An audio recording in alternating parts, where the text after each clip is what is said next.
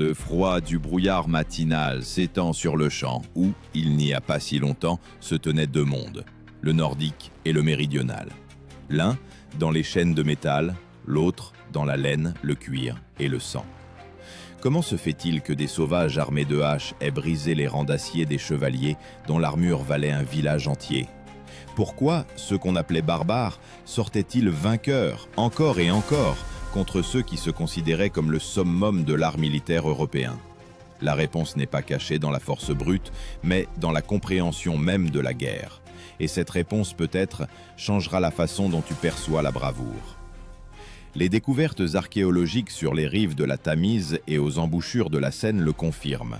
À partir de la fin du IXe siècle, les raids vikings sont devenus systématiques. Ce n'était pas de simples pillages, c'était une stratégie conçue pour épuiser l'ennemi.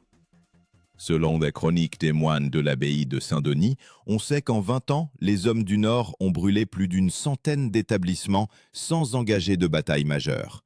Leur force n'était pas dans les batailles, mais dans leur capacité à forcer l'ennemi à combattre selon leurs propres conditions. Ces guerriers se nommaient Huskarl, la garde personnelle du konung. Un Huskarl n'est pas un simple guerrier, c'est un homme ayant prêté serment de loyauté jusqu'à la mort. Dans sa vie, il n'y avait pas de notion de retraite, seulement un pas en avant tant qu'il restait du souffle. Leur corps était entraîné non pas dans des châteaux, mais dans les tempêtes de la mer du Nord, où chaque vague pouvait devenir une tombe. Imagine le son de leur approche, non pas le rugissement d'une trompette, mais le grincement du bois lorsque la proue du drakkar s'enfonce dans le rivage, et des cris qui couvrent le vent. À ce moment-là, le chevalier essayait encore son casque devant le miroir, tandis que l'homme du Nord marchait déjà sur les galets mouillés, serrant une hache dont le manche était poli par la sueur et le sang. Le poids de l'armure de plate d'un chevalier atteignait 30 kg, presque autant que le poids d'un équipement viking complet, armes et boucliers compris. La différence de mobilité décidait de tout. Le chevalier pouvait être un mur, mais le viking était une tempête. Son armure, un bouclier de frêne, sa vitesse, comme un coup de vent dans une tempête. Selon le chroniqueur anglais Asser, les Vikings savaient se déplacer plus vite que n'importe quelle armée d'Europe de leur temps. Ils parcouraient des dizaines de kilomètres par jour, à travers rivières et marais, changeant de direction comme une meute de loups. Et pourtant, c'était une époque où la cavalerie lourde commençait tout juste à définir le visage de la guerre.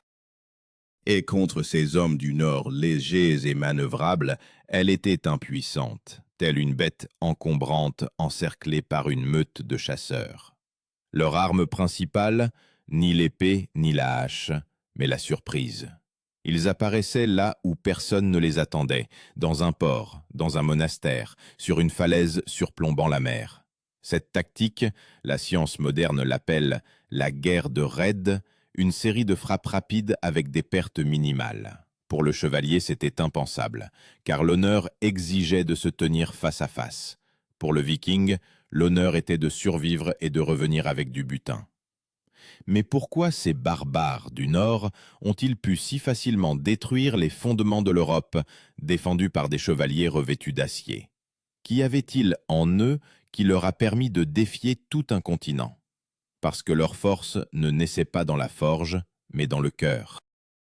Et très bientôt, à l'aube du nouveau millénaire, ce pouls des mers du Nord s'abattrait sur l'Europe avec une fureur que ni l'acier ni la foi ne purent arrêter. Quand le matin sur la mer du Nord est enveloppé d'une lumière grise et que l'air est imprégné d'une odeur de sel et de fumée, sur les rives de la Scandinavie commence ce que les chroniqueurs appelaient le temps de l'épée. Chaque fil de fjord devait être prêt à se battre pour l'honneur, pour le butin, pour un nom que les sagas retiendraient. Mais la force du viking naissait bien avant qu'il ne brandisse son épée. Elle se forgeait dans le froid, la faim et des entraînements sans fin, transformant l'homme en instrument de bataille. Les historiens écrivent que la préparation du guerrier nordique commençait dès l'enfance. Les garçons apprenaient à lancer des lances, à ramer, à réparer les voiles et à survivre en montagne. Quand le chevalier européen apprenait à tenir les rênes, le Scandinave naviguait déjà un bateau dans la tempête. Cette éducation posait les bases de ce qui déterminerait plus tard l'issue de nombreuses batailles, l'endurance physique et la résilience psychologique. Les découvertes archéologiques à Birka et Trosa montrent les armures des Vikings étaient légères et leurs armes fonctionnelles. Le poids d'une côte de maille dépassait rarement 10 kg et les casques étaient fabriqués sans visière pour ne pas limiter le champ de vision. Leur principe principal, ne pas être protégé mais être le premier à frapper, et en cela réside l'essence de l'approche nordique de la guerre. Un tel style de combat exigeait non pas de la discipline comme dans les ordres chevaleresques, mais de la synchronisation. Lorsque des dizaines de guerriers partaient à l'attaque épaule contre épaule, ils se déplaçaient comme une seule entité. Cette formation était appelée la muraille de boucliers. Les boucliers de frêne se rejoignaient pour former un organisme vivant unique, capable de supporter l'assaut de la cavalerie tout en restant mobile. La muraille de boucliers, ce n'est pas seulement une ligne de défense, c'est le souffle de dizaines d'hommes fusionnant dans le rythme du combat. Quand un bouclier se brisait, le voisin couvrait la brèche. Quand un guerrier tombait, le suivant prenait sa place. Ce principe est comme le cœur d'un dracard, où chaque planche maintient à flot la coque entière. Le chevalier combattait seul pour la gloire, le viking ensemble pour la victoire. Dans les sagas scandinaves, il existe le terme drakkar, un long navire avec un dragon sculpté à la proue. Pour l'homme moderne, c'est un simple symbole, mais pour les hommes du Nord, une créature vivante. Il disait « Notre drakkar respire quand nous ramons ».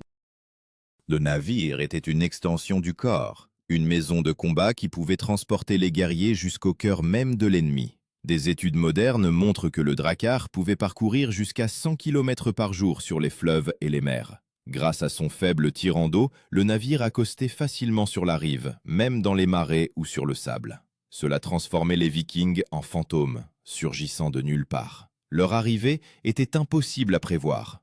Les historiens divergent sur le lieu exact des premiers affrontements majeurs entre Vikings et chevaliers. Mais une chose est claire, les hommes du Nord savaient à l'avance contre qui ils devraient combattre.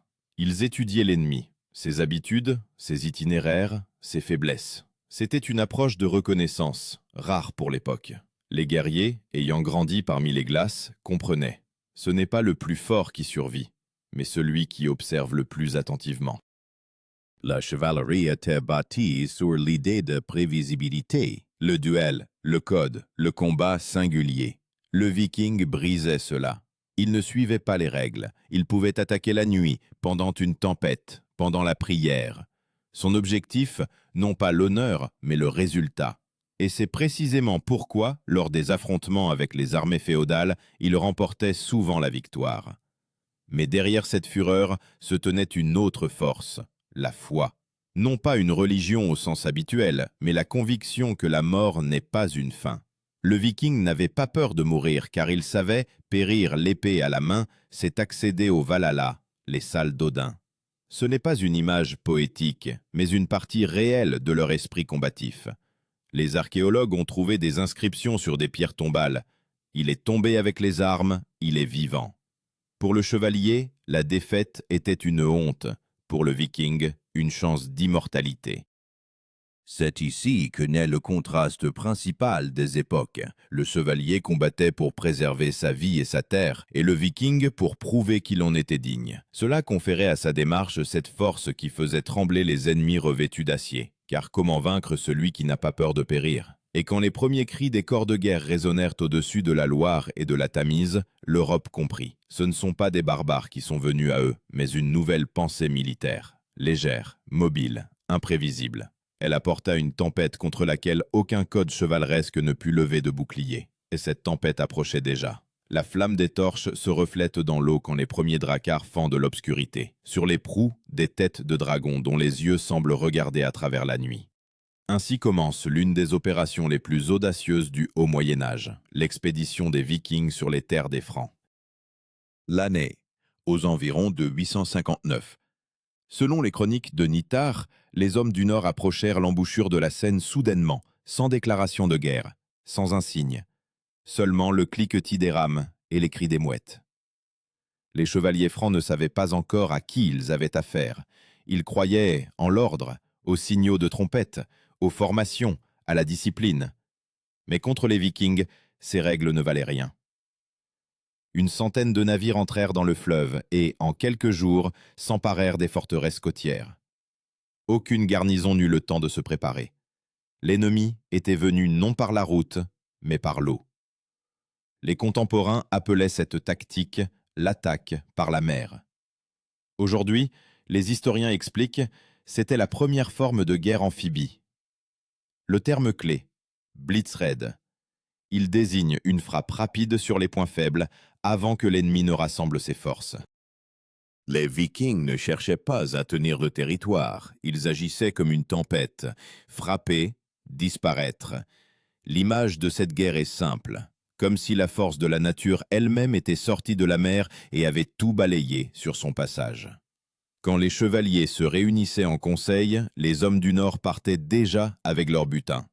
Les archéologues ont trouvé dans la région de Rouen des dizaines de pointes de lances, de fragments de boucliers et des restes de clous de navires, des traces d'affrontements soudains où chaque combat durait des minutes.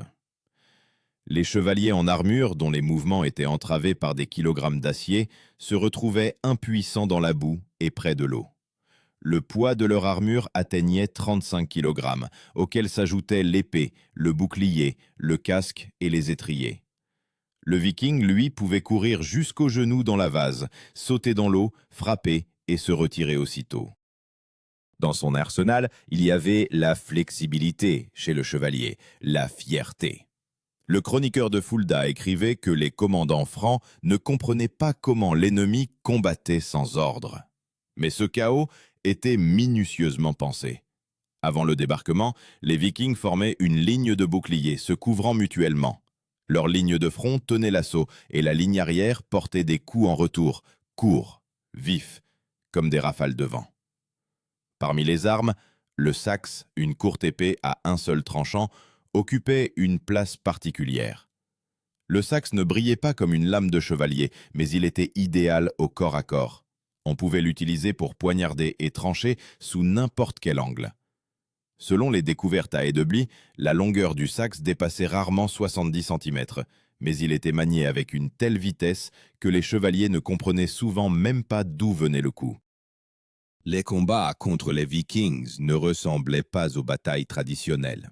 Ce n'était pas une attaque frontale, c'était une chasse. Les hommes du Nord encerclaient l'ennemi, frappaient par les flancs, tendaient des embuscades au passage. Chaque pierre, chaque rivière devenait une partie de leur arme. Dans les chroniques d'Angleterre de l'époque, on trouve souvent la phrase « Ils sont venus du brouillard ». Ce n'est pas une image poétique, mais une description littérale. Les Vikings utilisaient la vapeur matinale et la pluie pour masquer leurs mouvements. Mais derrière cette mobilité se tenait une structure rigoureuse. Au centre de l'ordre de bataille se trouvait toujours le konung ou le jarl, et autour de lui, les huskarls, sa garde personnelle. Ils ne se contentaient pas de protéger le chef, ils servaient de pilier à toute l'armée. Si les huskarls tenaient bon, l'armée ne fléchirait pas. S'ils tombaient, la bataille était considérée comme perdue. Leur ténacité est devenue légendaire. Il était dit qu'un seul huskarl pouvait tenir sa position contre 3 chevaliers, parce qu'il ne craignait pas la douleur. Il était entraîné à combattre en formation serrée, à utiliser non seulement son épée, mais aussi tout ce qui lui tombait sous la main. Un fragment de bouclier, une pierre, un couteau. Ses muscles étaient comme les cordes d'un navire tendus à l'extrême. Et lorsqu'une attaque de cavalerie s'abattait sur lui, il tombait simplement sur un genou, laissant passer le coup, puis frapper le flanc du cheval. De nombreux chroniqueurs accusaient les Vikings de ruse, mais cette ruse même a marqué le début d'une nouvelle compréhension de la guerre. Flexibilité, rapidité, initiative. Ils ne reconnaissaient pas les règles sacrées du combat, mais comprenaient la valeur de chaque seconde. Pour eux, ce n'était pas le rituel qui importait, mais le résultat. Et l'Europe fut confrontée pour la première fois à un adversaire que l'on ne pouvait vaincre par la peur, car le Viking lui-même était l'incarnation de la peur. Non pas une peur personnelle, mais une peur ancestrale, comme le froid de la mer. Et cette peur, une fois libérée sur terre, il était déjà impossible de la refouler dans les vagues. Au-dessus des plaines d'Angleterre s'étend un brouillard, épais et lourd, comme le souffle de la terre avant la tempête. Des centaines de chevaliers se rangent en ordre de bataille, boucliers, lances, chevaux, étendards. Le cliquetis du métal emplit l'air. Chaque plaque d'acier est ajustée, chaque sangle est tendue à l'extrême. En face, de l'autre côté de la rivière, les Vikings sont silencieux. Ils se tiennent là, en tunique de laine, avec des ceintures de cuir, des boucliers ronds et des haches qui semblent avoir absorbé le sang de dizaines de batailles. Deux mondes se regardent.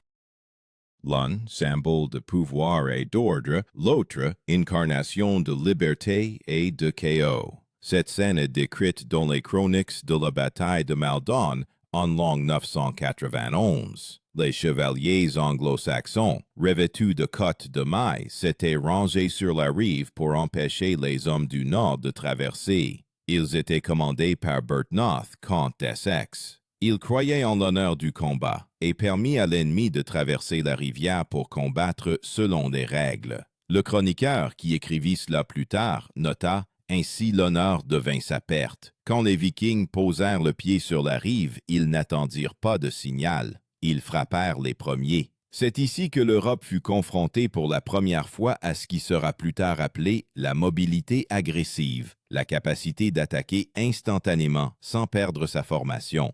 Ce stratagème des Vikings s'appelait le Svinfylking, le cochon.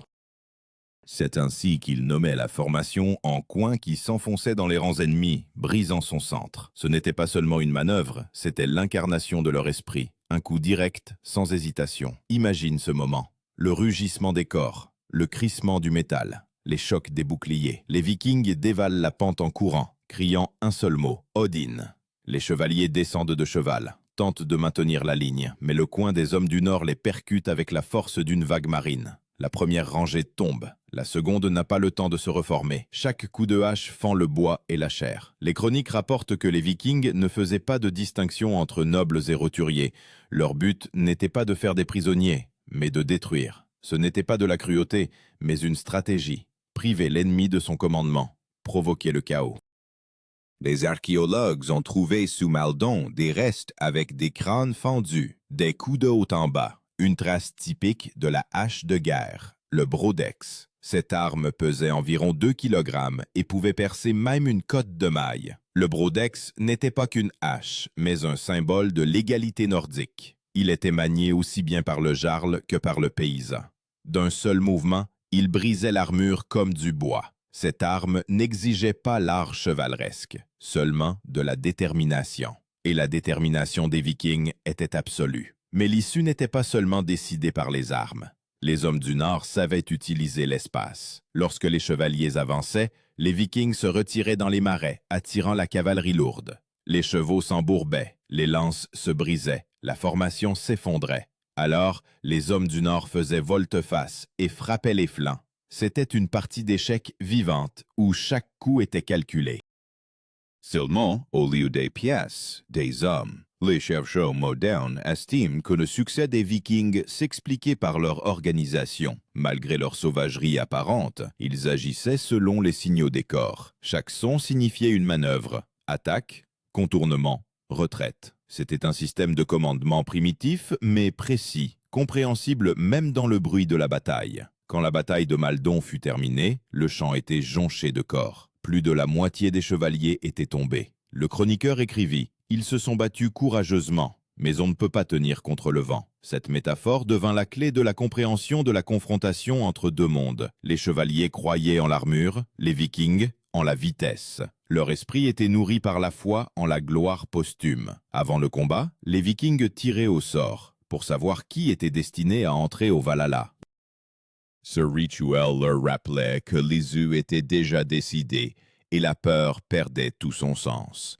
Psychologiquement, ils étaient libres, et un guerrier libre est plus dangereux que n'importe quel homme en armure. Les morts restaient sur le champ, mais la victoire appartenait aux vivants. Les noms des chevaliers tombés disparurent des chroniques, mais la gloire des hommes du Nord se répandit sur le continent. Leurs chants étaient entonnés même là où on les craignait, parce que ce n'était pas seulement une victoire au combat, c'était la fin d'une ère où l'armure était considérée comme invincible. Et pourtant, dans cette tempête, résonnait déjà le premier écho de l'avenir. Un affrontement où la force de l'acier allait enfin rencontrer la raison de la mer. Car les chevaliers commenceraient à apprendre de leurs ennemis. Mais avant cela, l'Europe allait traverser des décennies de feu, de pillage et de peur, où le nom de Viking ne signifierait pas un peuple, mais un phénomène. La cendre des feux de camp se dépose lentement sur le sol. Le vent porte l'odeur de brûlé et d'eau salée. Sur les rives de l'Europe, le silence n'est plus. Seulement les traces de monastères incendiés, de forts détruits et des centaines de croix plantées dans la terre.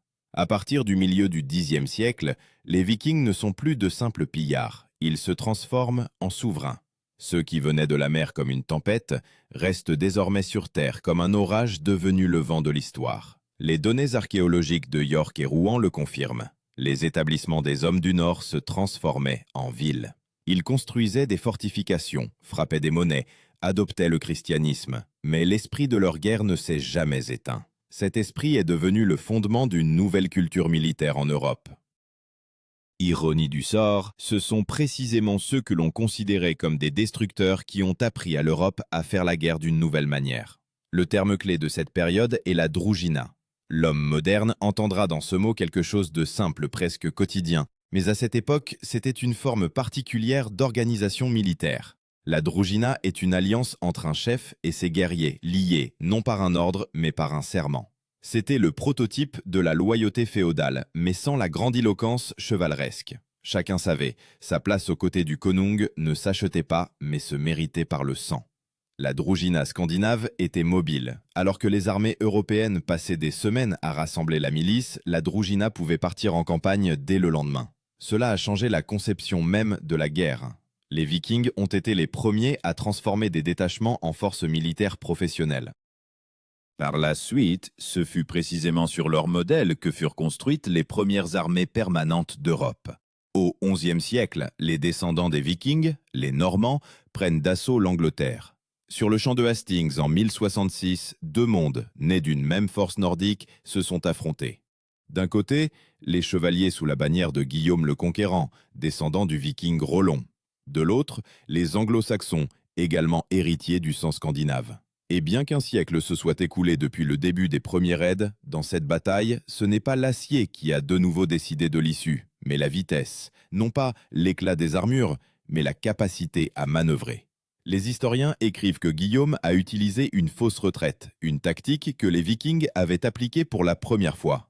C'était une manœuvre astucieuse, feindre la fuite, attirer l'ennemi, puis frapper quand il perdait sa formation.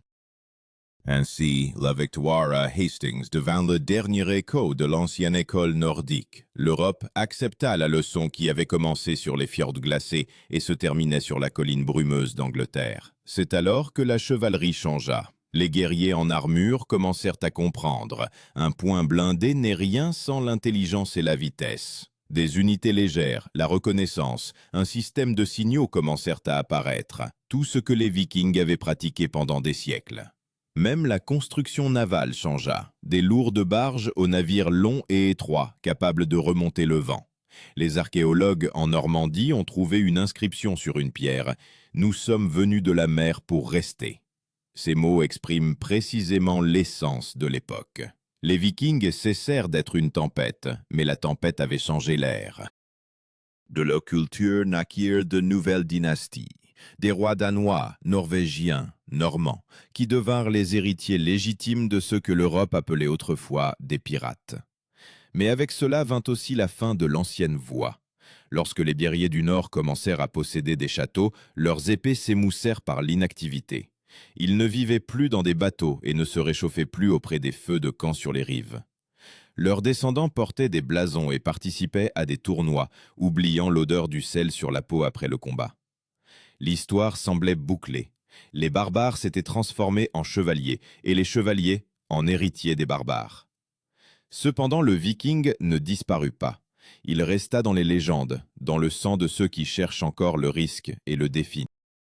Parce que la véritable victoire des hommes du Nord ne résidait pas dans les terres conquises, mais dans le fait qu'ils avaient à jamais changé le sens même du courage.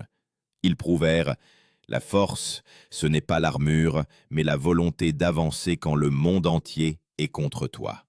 Et même lorsque l'Europe s'enfonça dans le luxe et les dogmes, le souvenir des hommes venus de la mer continua de vivre dans les champs. Car chaque tempête commence par un seul coup de rame, et chaque peuple décide un jour ce qui est plus terrible, périr ou rester. Et devant, le silence, dans lequel naît une nouvelle question.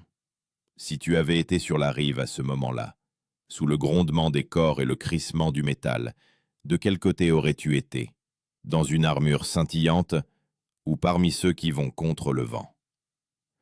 Lorsque les derniers navires vikings disparurent à l'horizon, l'Europe souffla de soulagement. Mais le bruit de le ram ne se dissipa pas dans les vagues. Il demeura dans le tissu même de l'histoire. Les hommes du Nord disparurent, mais leur esprit fut absorbé par ceux qui vinrent après, car la victoire des Vikings ne résidait pas dans les villes incendiées, mais dans le fait qu'ils avaient changé la philosophie même de la guerre. La chevalerie, ayant vu un ennemi que ni l'acier ni la peur ne pouvaient arrêter, fut contrainte de devenir différente. Les guerriers commencèrent à s'entraîner non seulement dans l'art de frapper, mais aussi dans l'art de penser. Apparurent des éclaireurs, des unités légères et manœuvrables, des corps de signalisation et des épées courtes, tout ce que l'Europe avait appris des hommes du Nord. Même les armures de plate devinrent plus fines et les campagnes plus rapides. Des archéologues modernes ont trouvé en Suède une épée ornée de runes sur lesquelles était gravé « La vitesse est plus importante que l'acier ». Cette inscription semble nous être adressée à travers un millénaire. Les Vikings comprenaient, la victoire ne naît pas de l'éclat des armes, mais de la détermination à faire le premier pas lorsque les autres hésitent. Et peut-être, c'est là leur principale leçon pour nous. Chaque siècle engendre ses propres batailles, pas toujours avec l'épée, mais toujours avec la peur. Les hommes du Nord nous apprennent à ne pas craindre les tempêtes, car la tempête, c'est la vie. Leur histoire nous rappelle, l'armure protège le corps, mais pas l'esprit, et celui qui ne compte que sur le fer a déjà perdu contre celui qui croit en lui-même. Les archéologues trouvent encore des traces de ceux qui allaient avec le vent, des ossements, des lames, des dracars calcinés. Mais les véritables traces des Vikings ne sont pas dans la terre, mais dans les hommes. En chacun qui ne cède pas, qui avance, même quand tout autour s'effondre. Alors pourquoi les guerriers du Nord vainquaient-ils les chevaliers? Parce qu'ils ne se battaient pas pour la gloire, ils se battaient pour vivre. Leur arme était la détermination, leur armure, la foi, leur Dieu, la voix. Et maintenant, sachant cela, il convient de se poser la question. Si la tempête venait aujourd'hui, aurais-tu l'esprit d'aller contre le vent, comme il le faisait autrefois?